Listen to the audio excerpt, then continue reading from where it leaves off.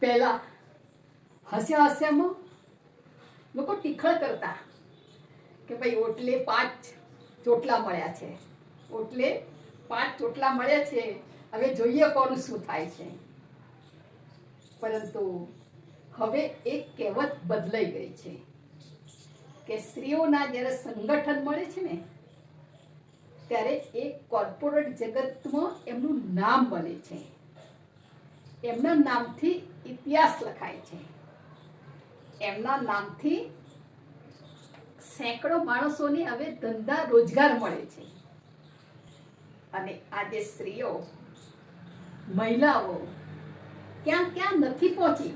એક પણ જગ્યા એવી નથી કે મહિલાઓનો પગ પેસારો ન હોય. એટલે મહિલાઓને ક્યારે પણ કમ નહીં સમજવાની, ક્યારે પણ એની ક્ષમતા ઉપર સંદેહ નહીં કરવાનો, એની તાકાત ઉપર ક્યારે પણ શંકા નહીં કરવાની.